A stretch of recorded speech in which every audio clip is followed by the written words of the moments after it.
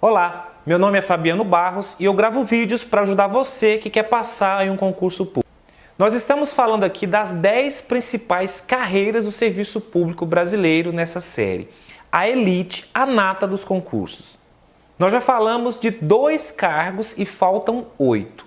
Como eu disse no primeiro vídeo, a ideia é que, além de conhecer a estrutura do serviço público, as competências e as finalidades de cada órgão, o que é essencial para qualquer concurso, porque ajuda na sua formação geral, no desenvolvimento de sua base, principalmente em termos de direito administrativo e constitucional, mas também e principalmente para despertar o interesse, o sonho, a vontade de vocês para fazer parte de uma dessas carreiras. Porque ninguém cobiça o que não conhece, o que nunca viu. Divulgar essas informações é uma forma de inclusão, de abrir horizontes.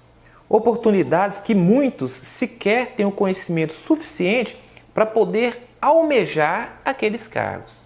Eu imagino que muitos de vocês estão surpresos com o poder desses cargos. E isso é natural porque muitos estão começando nos concursos. E esse tipo de informação você não encontra na TV. São visões que eu estou passando aqui que normalmente circulam apenas em meios restritos, seletos e até secretos. E por que eu as trago aqui? Porque eu entendo que para dar oportunidades verdadeiramente iguais é preciso informar a todos. E eu não tenho dúvidas de que esse contato, essas informações vão fazer diferença na vida de muita gente. O cargo de hoje é de defensor público. Como vocês sabem, eu sou defensor público, entrei na Defensoria de Goiás há apenas 8 meses, porque até então eu era policial rodoviário federal. Eu atuo exclusivamente na área criminal da Defensoria, mas para quem prefere, pode atuar também na área civil, com questões relacionadas à família, contratos, consumidor, dentre várias outras. Como a nossa Defensoria é nova, está ainda se estruturando e conta, por isso, com um número ínfimo ainda de defensores, em comparação com a necessidade, eu tive o privilégio de me tornar o titular de uma defensoria em Goiânia, que é minha cidade natal. Isso porque em qualquer estado onde as defensorias já estão mais estruturadas, acontece o mesmo que no Ministério Público ou no Judiciário. Você entra no interior e com o passar dos anos pode ir fazendo remoções até chegar eventualmente na capital.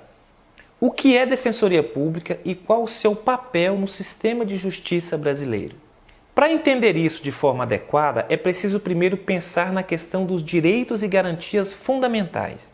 Todos nós sabemos que na nossa Constituição e também nas leis existem diversas regras e princípios que visam a proteção daqueles direitos mais caros aos seres humanos e que não foram parar ali por acaso, mas são fruto de toda uma evolução histórica, experiências trágicas no mundo todo, como racismo, guerras, genocídios, ditaduras, perseguições, enfim.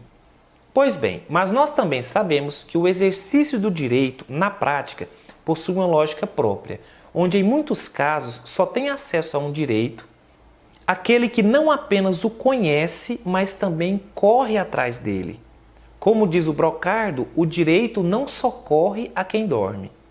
Assim, o fato é que se a pessoa está em uma condição social e financeira em que ela não tem acesso ao conhecimento e aos especialistas do direito, por questões financeiras, por exemplo, ela na prática não tem acesso a direito algum. Em outras palavras, se a pessoa não tem voz, é como se o direito para ela não existisse. Tudo o que está na Constituição, nas leis, nas teorias, na jurisprudência dos tribunais, para esse tipo de pessoa não passa de letra morta.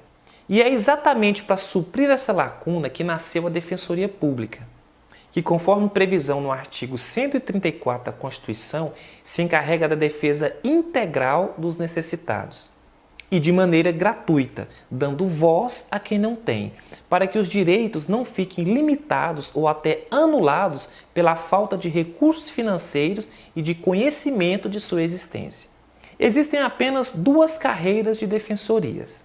A Defensoria Pública da União, que atua na defesa dos necessitados em casos de competência da Justiça Federal, e a Defensoria Pública dos Estados, em que cada Estado organiza a sua com base na Constituição Federal e na Lei Complementar Federal que regulamenta as defensorias, que atua perante competências da Justiça Estadual. É claro que quando eu falo estados, estou incluindo também o Distrito Federal, embora nós saibamos que tecnicamente não seja um estado. Daí, como não existe justiça municipal, também não há defensoria municipal, devendo a Defensoria Pública dos estados e mesmo da União atuar também no interior. Do ponto de vista jurídico, até por uma questão de paridade de armas, é necessário que o defensor tenha as mesmas garantias e prerrogativas dos membros do Ministério Público e do Judiciário, pois qualquer fragilidade do defensor, em última análise, representa uma fraqueza da defesa do seu assistido. Por isso, a Constituição e as leis prevêem também a inamovibilidade e autonomia funcional para o defensor, além de diversas outras garantias e prerrogativas do cargo. Já em termos de salários e benefícios, varia muito conforme o Estado, pois à medida que vão se estruturando e ganhando mais visibilidade e reconhecimento social, as defensorias também vão melhorando as condições de trabalho. Na Constituição, no artigo 37, inciso 11, existe a previsão de que o teto salarial para as defensorias públicas dos estados é de 90,25 dos ministros do Supremo, o que equivale hoje a R$ 27.700. A grande maioria das defensorias públicas já chegaram nesse patamar. Mas é preciso reconhecer uma coisa: como vivemos em uma nação capitalista, onde tudo possui repercussões comerciais, e eu não estou criticando aqui o capitalismo, eu acho na verdade que ele é inerente ao ser humano, mas essa realidade tende a fazer com que o rio corra para o mar, e não o contrário. E o pobre não chega a ser nem mesmo um rio, mas um riacho quase seco, se é que vocês me entendem. Assim, todo o avanço em termos de defensoria pública é um pouco mais dificultoso, inclusive no que se refere à estrutura de trabalho, mas nada que com luta e com o tempo não sejamos capazes de superar. Para ser defensor público é preciso ser bacharel em Direito e ter 3 anos de atividade jurídica, que pode ser de atuação como advogado ou em um cargo exclusivo de bacharel em Direito, ou outra atividade regulamentada em cada defensoria. Quanto à aprovação na OAB, que naturalmente não se exige para juiz e promotor, algumas defensorias exigem. Embora defensor público não seja advogado e é até proibido de advogar, até mesmo em causa própria. O concurso tem 3 fases: objetiva, discursiva, que inclui questões e peças práticas, além da prova oral. Quanto ao conhecimento jurídico, vale o mesmo que eu falei para as carreiras do Judiciário e Ministério Público, devendo o candidato ter uma base sólida em direito constitucional, direito administrativo, penal e processo penal, civil e processo civil, com foco na competência da União para a DPU e na competência dos estados para as defensorias estaduais. Para se adequar ao perfil de defensor público buscado pelas bancas e cobrado nas provas, é preciso uma atenção muito especial em toda a legislação, doutrina e jurisprudência voltadas para a proteção das pessoas mais vulneráveis. O defensor público precisa ser aquela pessoa que se solidariza com o ser humano e luta por ele, pelo simples fato de ele ser humano. Enxergar o morador de rua, o faminto, o que não tem remédio, não tem casa, não tem escola, não tem emprego, o que está preso sem julgamento ou de alguma forma injustiçado ou maltratado. Precisa ter empatia, se colocar no lugar do próximo, estar atento às mais diversas formas de opressão e injustiças que existem na nossa sociedade, seja na área civil ou criminal. Em resumo, é possível que o seu assistido como defensor não tenha o direito que ele quer.